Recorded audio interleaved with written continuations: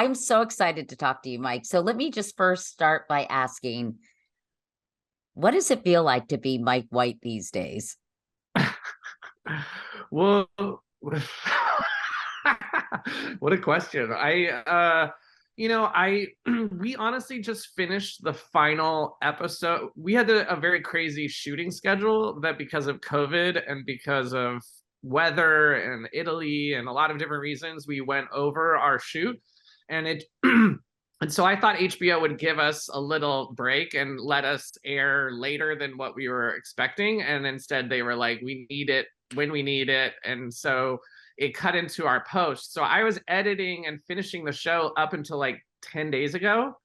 So I've just been like, I'm living in Hawaii right now for tax reasons. There's a good incentive for them to do the post here, which is great. But so I've been kind of in a bubble. I've just been finishing the show, living on an island, and so yeah, it's I don't know what it's like to, but it doesn't. I'm not getting. It's not like I'm walking around LA and like getting high fives from people or anything like that. So Well, but I'm excited that it's sense that people are watching the show and liking it, and I'm definitely getting that. But it's just pretty. I'm still kind of living on an island and living in a bubble. well, having said that, though, Mike, let's get real. I mean, you are sort of the envy of everyone in Hollywood, and this is something that you've talked about kind of willingly in an article you did in Vulture. You talked about Hollywood, who's up, who's down, kind of how people are all envious of one another,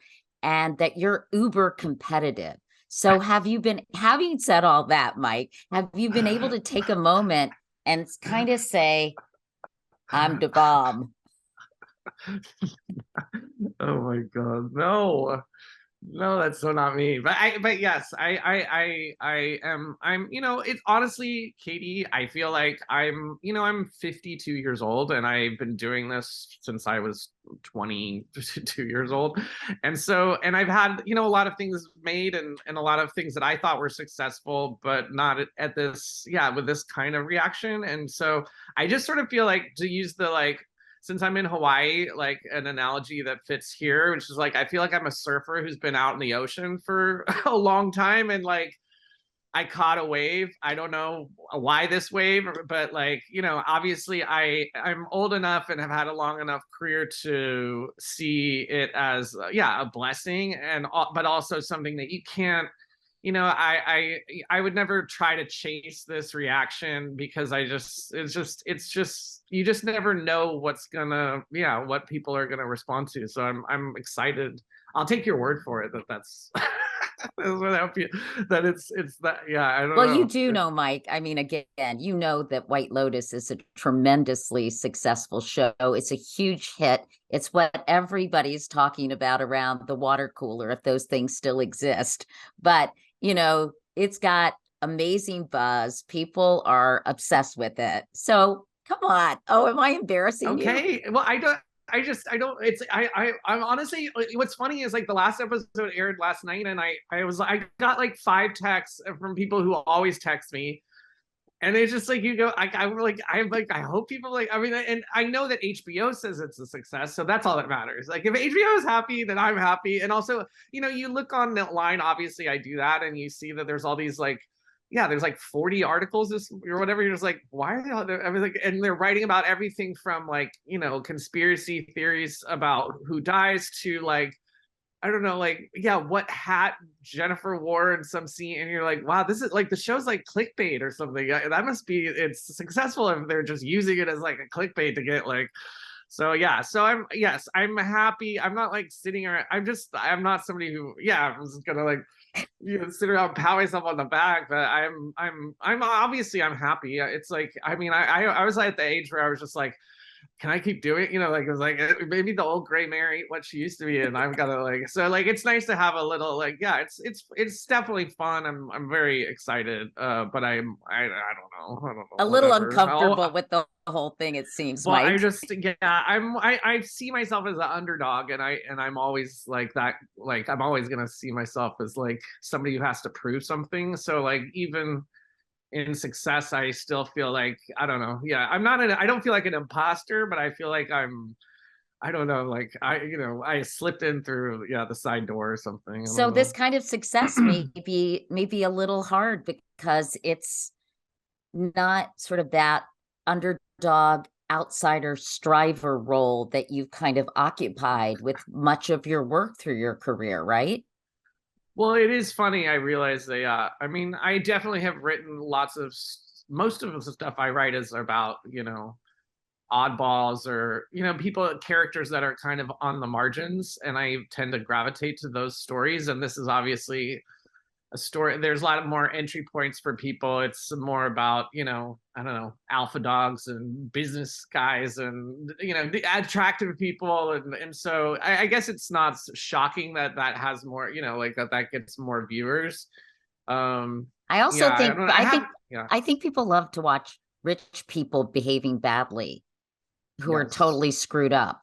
Yes, I do think that that's true. And I also think it's like right now it's such an anxious time in the world. I guess it always is, but it feels that way certainly now. And so I think the show kind of satisfies an escapist impulse, but then also feels like it has a kind of something, hopefully something to say, and has some substance. And so it's like, I think that's a good package, I think, for getting people hooked in.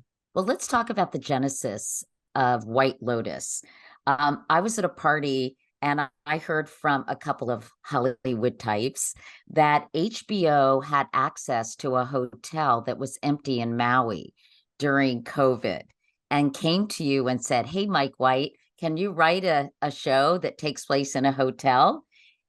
Is that how it started? It kind of it definitely was like they had a lot of projects that had fallen apart because of COVID, and so they knew I was kind of fast and that like I was good with dialogue, and that like maybe a show that I could write a show in a bubble that was like that would maybe be immune from some of the COVID issues that they had come upon. And so they asked me to do, like, can you come up with a bubble show?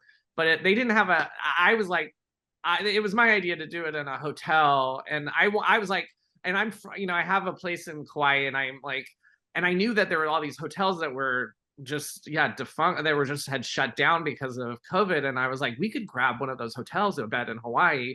But they didn't even really want us to go to Hawaii because that was already too treacherous, potential issues with COVID. They wanted us, like, they probably would have been happy if we'd found like a hotel in like Lancaster, or like across the street from Casey Boyce's house or something, right? So yeah, I just so yeah, I had to push for Hawaii, but yeah, it was kind of a mix of that. And tell me a little bit about how you were inspired to write really both seasons, but let's start with the first. I mean, when you sit down to write this, Mike, um, what were you trying to accomplish? I know that's kind of a big, broad question, but I'm just curious. You've got a blank screen, a blank computer screen, and you decide, I want to show class differences. I want to show really interesting characters. I think one of many things I love about the show is it feels very current. Sometimes things get made and they come out a couple of years later or even a year later, and they don't feel au courant or of the moment. And I Yeah. think White Lotus felt so tuned in to current sensibilities. So just talk to me a little bit about your thought process when you put finger to keyboard. You're talking about like like the first season? Yeah, sure. And then Yeah, we'll yeah. talk about the second. Yeah, the first season, it was I've spent a lot of time in Hawaii, so some of and a lot in Hawaii there's definitely like two classes. There's the tourists and the moneyed people who come and like have their vacations here, and then there's the service class of people who can be at any some of them do very well financially, but they're all servicing these tourists. And so if you hear long enough, you get like this, I obviously know the tourist side of it because I've been there, and it's like, and a lot of my friends who visit, so I get that part of it, but then also, the service side of it. And I just felt like, there's something about doing, because obviously hotel or like Fantasy Island, you think of Love Boat, like there's like a history of these kind of shows in this kind of, but like Genre. trying to genre, exactly, but to do something that is a little bit more well observed, and that kind of gets at, I just thought it was like an interesting about how money, who has the money impacts relationships, both obviously from the server and the, customer, but also, the husband and the wife and the father and the child. And so it just felt like maybe as a theme that seemed rich. And so that was kind of the initial impulse, because I was like, we're going to be in a hotel, nobody can leave. It's kind of has to be a crucible, everyone, and so yeah, it kind of built out from there. And then it was just like years of maybe years of too much being online and like Twitter speak, and like it was just like I just started freestyling as far as just like trying to get at some of the, I don't know, the kind of contemporary language and stuff like that. I feel like you're almost an anthropologist of human behavior. And I'm curious, I really do. And I'm curious where that comes from, where you're so keenly aware of the way people interact and class resentments. And when I watch, I wonder how much of this did Mike learn from being on reality shows, how people act, because obviously you were on Survivor. I understand you're a good friend of Jeff Probst. You love reality television. You were on The Amazing Race with your dad. So did some of those experiences help inform your writing for White Lotus? Am I getting too weird on these questions? No, not at all. I mean, I actually, what I loved when I because I was obviously a writer before the big reality boom, which I think started like in 2000. But like, a show like Survivor came along, and you were like, wow, it was showing people, 1 minute they would be very irritating or very petty, and then the next minute they would be very vulnerable, and your heart goes out to them, and then they could be courageous. And I don't know, it was just like you would see these, I mean, because they were people, it was like fully dimensional humans. And even though maybe the format could be formulaic, there was something, I just, as a writer, I was like, this is this makes you want to raise your game as far as like when you are creating characters that people are watching, because it felt like they were always surprising, and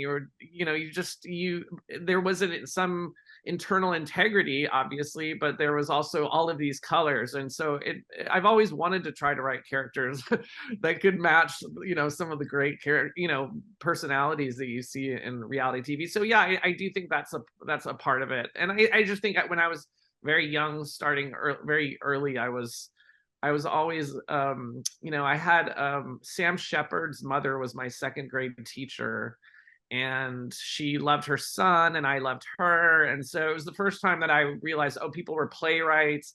So I think very early on I was writing little plays. And so like I've always been like interested in how people talk, because I've always thought about things in terms of dialogue, and then also how what they say about themselves doesn't always necessarily match what they think, and doesn't always match what they are going to do. And so that's always been interesting to me. And so I've always been kind of an observer of that, I guess. I think your childhood, though, in addition to being taught by Sam Shepard's mother in second grade, which is a cool little fact, a trivia fact, you grew up in an evangelical household in Pasadena, and yet you were always skeptical about religion. What was your childhood like, Mike?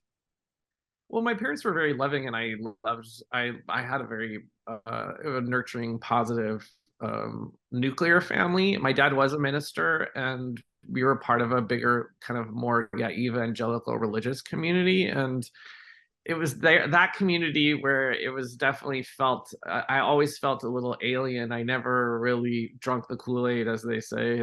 And I always, yeah, it was there where I think that some of the, part of drama is yeah, getting past the facade, and trying to see what people really do and what people really are like, but beyond what they say they do. And I think there's a lot of hypocrisy in a lot of those smaller evangelical communities about, certainly around sex and around how people, think about, what, you know, what the motivations for behavior are and stuff. And so I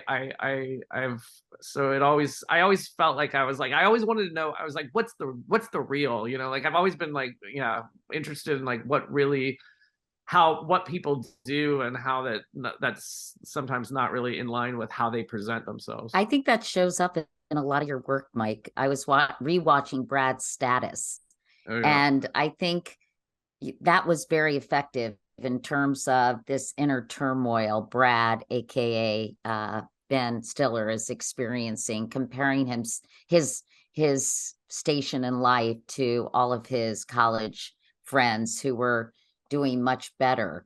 And I think that external internal conflict is something, it seems to me, that you go back to. And I read that when you were 11, your dad came out to your family. He was a minister, as you mentioned, but also a ghostwriter for people like Jerry Falwell and Tammy Baker. And you once said finding out about your dad's sexuality is, quote, the key to everything I write. How Yeah. so? Well, just in the sense of what I was just talking about, which is, it's a big rug to be pulled from under you, where you think your family is this thing and your dad is this thing and he's a minister, and then you realize there's this whole other side, which isn't necessarily a dark side, it's just a truth, and the truth is in contradiction to what he's supposed to be in the world. And so I think, exploring that and I think that just to me, it just, obviously it hit home in a literal way, just that, we are more complicated than we present ourselves, and that we put a certain face to our community, and that maybe in drama and showing some of that, obviously there's a titillation part of it, but then there's like maybe some kind of solace to know that like everybody is grappling with this, like that the person that we want to be and the person that the world wants us to be, we're not always that, and that's okay, and that's human, and that kind of thing. You went to Wesleyan, I know, and you said you finally found your people there. So how did Wesleyan affect you, not only as a person, but as a writer? Well, I was in a kind of more homogenous community growing up, in high school, and grade school. And so going to Wesleyan, it was a very open-minded, liberal community in general. And also just these kids were so sophisticated. It was like, I just felt like I was like behind the curve. I was kind of a self-taught. I went to a good school, but it was like, as far as culture and stuff, I like had my own like subscription to the New Yorker for, I don't know, I was just trying to find my way through the culture. And so like I went to Wesley and all these, there were a lot of, it was a lot of New York Jewish kids who are like very like fully baked and fully like, like new fancy people. And I was just like, I felt like a rube, but I was so enamored by the whole vibe there. And still to this day, a lot of those kids I met there are my friend group. And when you graduated from Wesleyan, were you really interested in playwriting or just writing in general? Well, I wanted to be a playwright. I wanted to be Sam Shepard. I went from California to Wesleyan, and I was like, I didn't have socks. I didn't realize how cold it was back east. I was like, this is too cold for me. My plan was to go to New York and be a starring playwright, but I was like, I don't know if I could handle this weather. I was like, so I like kind of, I fell into the wrong crowd and came back to LA, and I was, started writing for movies and TV. You And you yeah. you have, when people, well, some people we've mentioned, we were talking to, a lot of them do talk about Chuck and Buck. And you did that. You did The Good Girl with Jennifer Aniston, Orange County School of Rock, Year of the Dog, Enlighten. By the way, I love Laura Dern. I worship Laura Dern. She's amazing. Beatrice at Dinner, which I thought was really good. Brad's Status. When you look back at your quote unquote body of work, Mike White, do you notice any kind of thread that connects a lot of these stories when you think about it? Um, I don't know. Me, I'm a thread. I don't know. I mean, it's an idiosyncratic body of work, and I'm proud. One thing that I always was like, I'm not going to take myself so seriously that I miss out on anything. Like, and that's why I did Survivor. It's why I did Amazing Race. It's why I've taken jobs that I don't know. It's like, like I always thought that I mean, if now I do sound like a whatever. I just, it's like I always thought I was talented. I always felt like I had something to offer. I always felt like I was, like you said, I was, I've said I'm competitive. Like I would see peers who like, caught the wave and got a lot of like attention and success, and I was like, I could do that. I'm better. I'm as good or better than those people. In the, of course, that's the gumption that you need to get through Hollywood. But like, and so but at the same time I was just like, I'm not gonna be I met people early on who had careers that I admired, and a lot of them seemed miserable, or they seemed like they were really in a protective of their, like they I don't know, that in order to be taken seriously, they had to kind of have a serious vibe. And it's like we're in the I think our work is meaningful, but like we are in the sort of, we're in the kids section in a sense, you know what I mean? We're not You're not we're not curing doing, cancer. yeah, we're not curing cancer. We're not in the policy. We're not policy wonks. We're not. It's like we are. We're in the entertainment section. You know what I mean? So it's like, and so I just was like, I just don't. I want to be successful, and I want people to think I'm talented. But I also, I want to live a life that I look back on, and the life itself was cool, and the things I did were cool, and it's not just my work. So like I look at all those different things, and it's like it's an eclectic. It's like it's kind of a hot mess, like bunch of credits. But I each one of them I got different things out of, and yeah, had served different purposes for me. But right now you are in a very different position, Mike, because I'm sure everyone in Hollywood is saying that Mike White, he can write his own ticket now. He can kind of do whatever he wants, which I think makes you a little uncomfortable. Well, I don't know. I feel like this is like, it's like I'm waking up in Hawaii, and it's like Katie Couric is here to tell you everything has changed. Everything has changed. No, I know, like it's I like feel like you're a therapist, Mike. no. Well, I appreciate you saying that, and I I actually feel like if that's true, I feel like I'm like somebody who's been ready to be at bat for a long time, and I've done it, like and I've done things I'm proud of, but like it's always been swimming upstream to get the financing, to get the actor, to get the thing, to the like and that's part of the fun, I guess, but it's also there's wear and tear. So it's like if it's an easier road to do the things I want to do, I'm ready to do more, and I have more to say, and I like, and it's and this was hard. It took a lot out of me, especially this last season, but but this is what I always wanted to do, and so I'm grateful that I have the opportunity to do it. Are you having fun, Mike? I am having fun. I'm having fun talking to you. I'm here in Hawaii. I've gotten through the season, and everyone's chatting about it, so that's fun. But I also I need to reboot a little bit. I don't have a lot of gas in the tank, so I need to figure out how to, I don't know, whatever, unplug and refresh or something. I understand.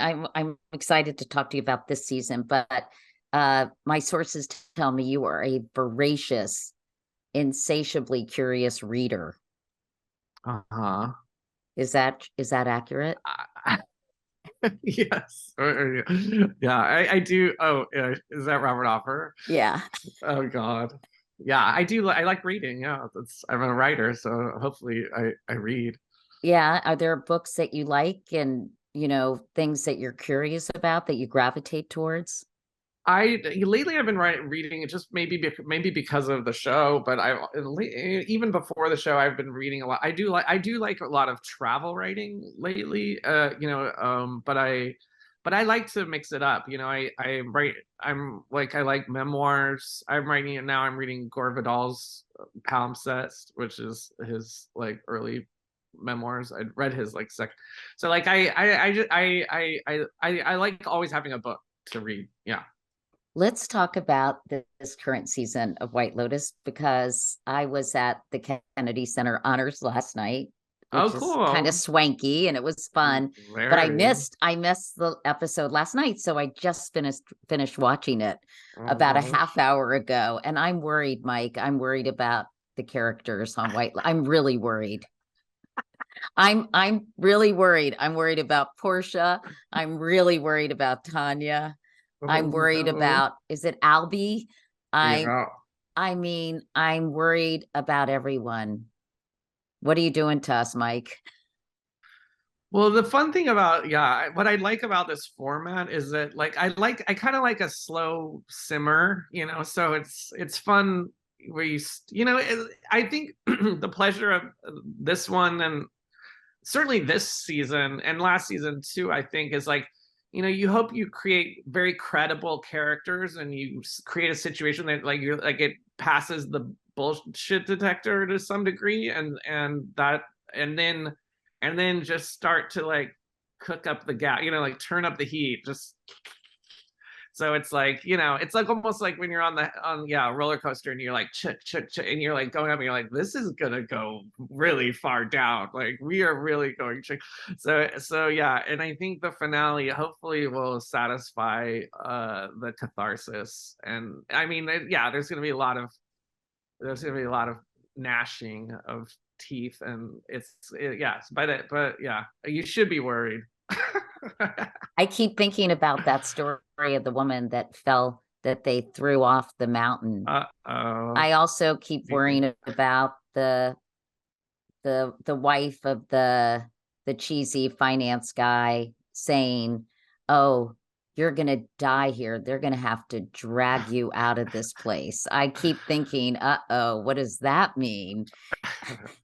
Am I right to um, pick up on some of these I things? mean, well, some of them are intentional to build for the finale, and some are a little bit misdirects so that people think, yeah, you want people to like feel like they're, Miss Marple and they've got the clues, but you need extra clues so that it's not so obvious what happens. But I I also think even if you guess, you're gonna be surprised with just how it all falls apart. I love the way you use art interchangeably. First of all, obviously you're obsessed with kind of those water shots, which I really like too. But I love the painting, the artifacts, the architecture, Oh, the thanks. the shots of the porcelain head, that same porcelain head guy that you keep going back to again and again. Tell me your thought process about using that as a way to propel the story forward or to foreshadow things or to echo what might be going on at the time. Yeah. Can you Well, tell I've been watching very intently? yeah, that's awesome. Yeah, the Testa de Moros, when I got there, I was like, because they're everywhere in Sicily, those heads, and the story behind it has to, and the reason for the whole season was because of these heads. I was like, because I would go around and like, these heads are everywhere, and it was about adultery and violence and sexual jealousy, and I was like, I had a different idea for the second season. I was like, no, we got to do an operatic, like Italian sexual jealousy storyline. I mean, it's like that's what people want to see anyway. It's like they don't necessarily need some like some like whatever satire on current colonial impacts on like whatever what. Okay, so anyway, so yes, so yeah, but also I have to say, like, I love the architecture. I mean, Sicily has, I mean, this is the part of my job that people should be jealous of, which is I go to Sicily, I'm telling them I'm doing White Lotus, all of the rich like Sicilians who have these palazzos are willing to let me come in and like snoop around their house. I got to see all these, and so like two of them ended up in the show, but like where I'm just, and like, and all of the artwork, all of the, and it's just like, and it's like these, it's like Sicily already has all of these, you walk around and you have no idea that behind this like, you know, edifice is like this incredible palazzo. A lot of them are hidden. It's like, and then to be able to like get access to those and see them, and I was like, well, we gotta like, so when we would get into these places, I was like, we gotta just like fire hose this down. Like we gotta get every piece of art on the walls. Like we gotta do push-ins on all of the, so for someone who like, likes interior, whatever, like these kind of like classic maximalist eclectic like like rich palazzos, like I was just like, I was in heaven. So I just felt like I had to make the most of it. And I mean, it must have been an extraordinary place to film. And is that a real hotel? Was that hotel vacant as well? Yeah. Or tell It me wasn't about the vacant. location. I want to go Yeah, to that hotel. yeah, you should. It's the San Domenico Palace, which is like a very historical, it was originally a convent and then it turned into a hotel, but it's been a hotel for quite a long time. And L'Avventura was shot there. It's like it's amazing because obviously, we've looked at a lot of different hotels, and it's just like, first the convent part of it just gives it this added kind of, vibe. And then, you see these terraced hills with all these different, villas, that are so classic and European. And then you have the Greek theater on one side, and then the Ionian Sea in front, and then the Mount Etna, which is literally, belching smoke half the time. And you're just like, this is, if we're going to go to Europe, this is what you go for. You go for these views. So it's definitely, I highly recommend Taormina and Sicily itself. It's like you really can't spend enough time there. It's like as each, it was just after a few days, it was like, I was like, okay, we've done the sightseeing, but like it's just like then there's just this like vibe over time that just really seduces you. Did you find Lucia and Mia in Sicily? No, we found them in Rome. Simona, who plays Lucia, is actually from Naples, and Mia's from Rome. But we had a great set of casting directors from Italy who brought us a lot of options, and those two, and Sabrina Impacciatore, who plays the manager, they were all incredible and so fun to work with. Yeah, they were fun to watch, I'll tell you that. And yeah, I know that you have said that the show satirizes wealthy white privilege, and you've said that your intention was to quote unquote poke the bear, but through a humanist perspective. So help us out with that, Mike. What did you mean? Well, poke the bear, I don't, obviously I'm satirizing privilege, but especially with the first season, I also was poking the bear as far as some of the, I don't know, like I wanted to give voice to both, the critiques of the patriarchy and all of these things that we are discussing, and have been discussing with fervor the last couple of years, but also give voice to the people that are, it's like I have hearing, like some of the conversations that I'm hearing that people don't want to say in public, but like behind closed doors, and try to like not make it so you're kind of walking the line where, okay, well that sort of is a fair point, and then like, oh yeah, but you're saying that because this is you're defending, you're on your heels. So like trying to, I guess, make it so it's not such a simple pre-digested conversation, and have those conversations be lively and like Multi-layered.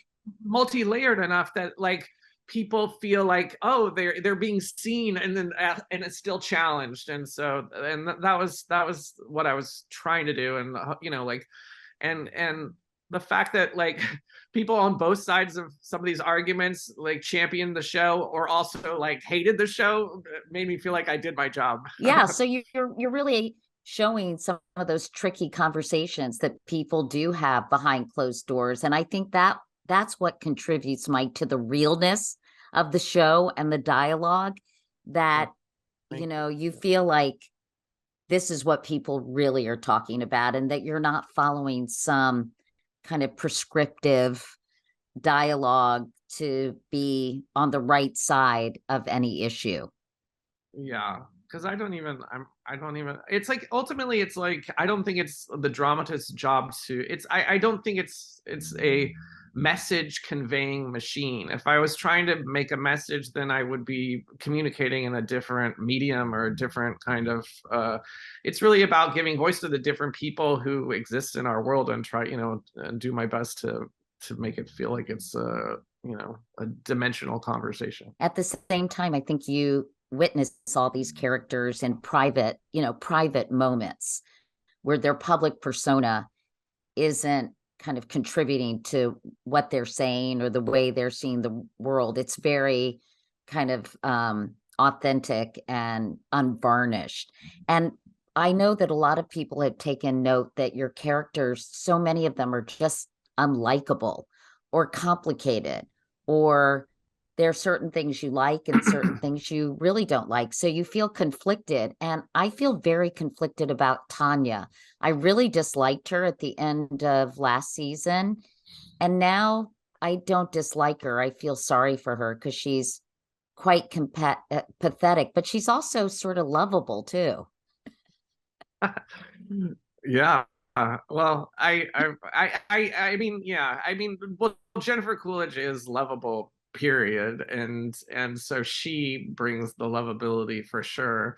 But yeah, I do think it's like I especially the first season, you know, I wanted there to be two tracks, which is, her as the underdog who's looking for love and dealing with the fact that her mom died, and the pain of that. And so on one side you're rooting for her, and then there's this other story where she's kind of dangling this carrot over this other woman's eyes, Future. and future, and making her feel like there's hope for something, and then she's kind of a flake. And that just seems very true to life too, for me, to some of these women that I've met, and or men too, but just like where they see themselves as a victim in some sense, and Or a then they don't savior, see, or a oh, savior. yeah, or a savior, yeah, and they don't see how that they can also be victimizing, and that they have agency, and that that they are somehow blowing it. Let me ask you about some of the other characters in kind of a rapid fire way. We talked about Mia and Lucia, and we talked about Valentina. Let's talk about Portia. And I love this discussion online about Portia's clothes. Have you seen this, Mike? I have, yeah, yeah. That she dresses like a Gen Z thrift Yeah, store, like that's Gen Z nothing really goes together. Like, does disaster. it look Yeah. good or not? I mean, what do you think of all that? It's so funny. Well, a lot of the credit goes to, I mean, that was her character on the page, but Haley Lou Richardson, who's the actress, and then Alex Bavard, who is our costume designer, are the true geniuses behind her looks. And I'm a little bit like, I'm women's fashion is not my go-to, but I did weigh in. I approved. I supervised, but yeah, I just think that, to me, Portia is somebody who, I see this a lot, and this was something that I feel like online, I think is the thing that I find interesting, is that there's a lot of people who are like, rich, like bad rich people are terrible, like it's this kind of like, that I'm allowed to make the show as long as I show how bad rich people are, and that the moral of the story is that rich people are bad or something. And it's like, and obviously, there is there's truth to that, like a lot of rich people are fucking up the world. And so like but I also, and so like, I guess Portia was like a vehicle to explore how she sees in Tanya all of these bad character traits, and that she, if she had what Tanya had, she would have her life together, and she would be, like she would do it better than Tanya. But you see how in her own way she is kind of lost in a similar way. She's actually kind of a mini me to Tanya. and In and fact, I Tanya and tells Portia, you remind me a lot of myself when I was younger. But I yeah, also think Portia is very Gen Z in that she's sort of a little bit lost and just doesn't know what she wants to do. She doesn't really have any goals. She's trying to figure it out. Did that, Yeah. I mean, do you Yeah. know young people Yeah. like that that kind of Yeah. help shape It's that character?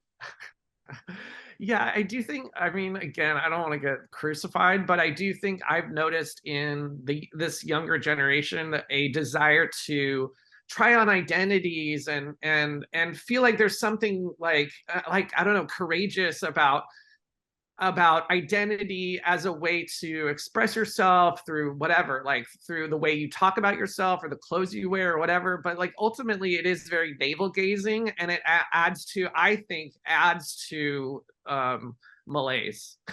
I think it actually it makes it's like the more you start like talking about yourself and thinking about yourself along these lines, it actually just exacerbates the problem that you're trying to solve.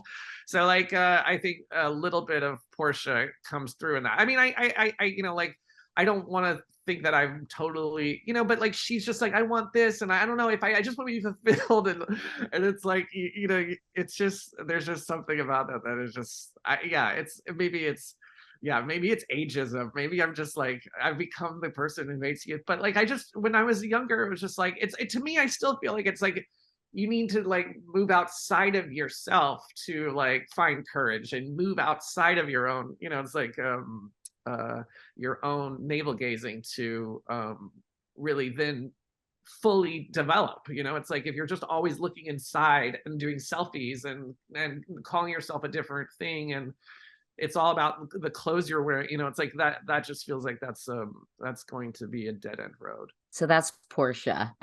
And what about the foursome of Harper, Ethan, Cameron, and Daphne? I have to say, I think Aubrey Plaza is my favorite character in the whole show. I like her perpetual state of ennui that is now kind of morphed into something else altogether. And I love what you're Yeah. doing about jealousy with Ethan and Harper. So tell me a little bit about Harper's character. Well, I Aubrey is a friend of mine, and I wanted to get her in the show. So a little bit of it started with just like you know, Aubrey is a very complicated, interesting person, and but she's kind of known for this sort of dead, like the way she comes in at the beginning is kind of like maybe the way people see her or what thing they think that she's gonna be if she joins the White Lotus world, but then start to show these other kind of more vulnerable sides, and that her toughness is a little bit of a front. And but I liked, you know, like what I was trying to do with that whole storyline is, you know, it has to do with, it's kind of what Brad's status was as far as status, but like with like what they were always comparing ourselves in our relationship to other people's relationships and what they have and what they, it seems like they, you know, like what they do better, what they do worse, and how and I was kind of playing a little bit at the beginning where it's like you think, okay, here's our like NPR listening, like, you know, liberal, like, you know, like these are the good guys that we're going to relate to, and then this other couple, they're so vacuous, and you know, it's like, but then kind of playing a little bit with, which is maybe that other couple is like dysfunctional and crazy. It's like, well, they seem to be having more fun. Like, you know, like that maybe, you know, like maybe it's not as simple as all of that. And I don't want to give away the ending, but yeah, how it all lands is kind of a little bit of insight into what I'm trying to not say, but like try to reveal something a little bit more unexpected, I guess. It also seems to be a bit of a commentary on tech and finance bros. Mm, yeah. Well, I just think Like it was like, new money yeah, status, yeah, competition, yeah, that weird sort of dance you play when you're financially dependent on someone, which it seems like Cameron is sort of needs Ethan because he's made a boatload of money in tech, right? There's something yeah. weird about that dynamic. Well, I definitely, as a guy, I've been privy to lots of conversations over the years. I live like next to Brentwood, so there's just like, the Brentwood Country Mart where like lawyers and finance people and whatever, like people in my industry or whatever, and how they're buddies, but like even in every conversation you just sense this peacocking, and like they're trying to figure out like where they stand as far as who's making the more money, who makes like where, yeah, it's and so that's always very funny to me because I whatever it's, yeah. So yeah, I was kind of playing with like, yeah, they're friends, but like, are they friends? Like, what are they like the competition is so heavy that it's just like, can they ever really be friends? Yeah, I find that whole sort of foursome fascinating. And I love F. Murray Abraham, which, I mean, by the way, what a feather in your cap to get him to be Yeah, in White Lotus. And then you've amazing. got from The Sopranos, you've got Michael Imperiol can help me with that. And Michael Imperioli. Yeah. And who plays his son. And then you have Adam DeMarco, who plays Albie. So you have these three generations of Italian Americans. Yeah. So yeah. Well, first of all, yes, Murray and Michael are. I was huge fans of prior, and then working with them even more so. Murray is like, I think he's 82 years old, and he's so still like enamored with the process and acting and storytelling, and it's inspiring. And Michael is one of the most, he's in the pantheon of like the easiest, most like generous actors I've ever worked with. So like those two are incredible. And then of course Adam DeMarco is one of the sweetest kids. So like they were a great group.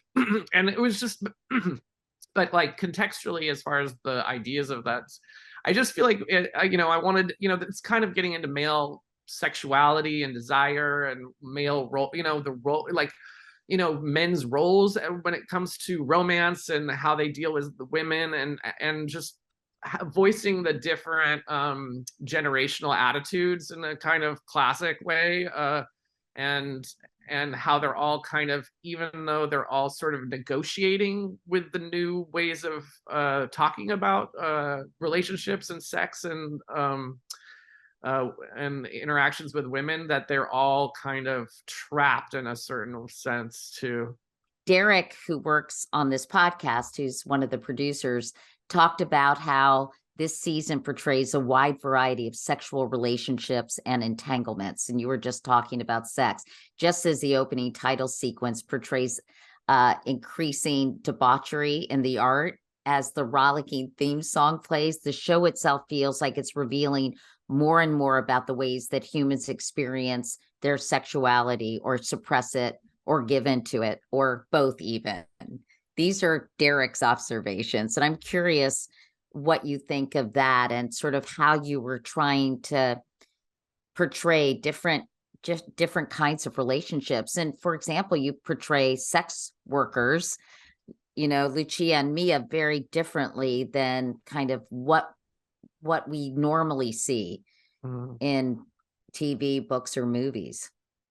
Well, with the title sequence, I basically said, I should start with these kind of pretty, like you're going into a palazzo and the beautiful walls, and then you start seeing little things in the corners, and you realize there's this kind of mischievous or even kind of creeper pervy like sexual things that are happening in the margins.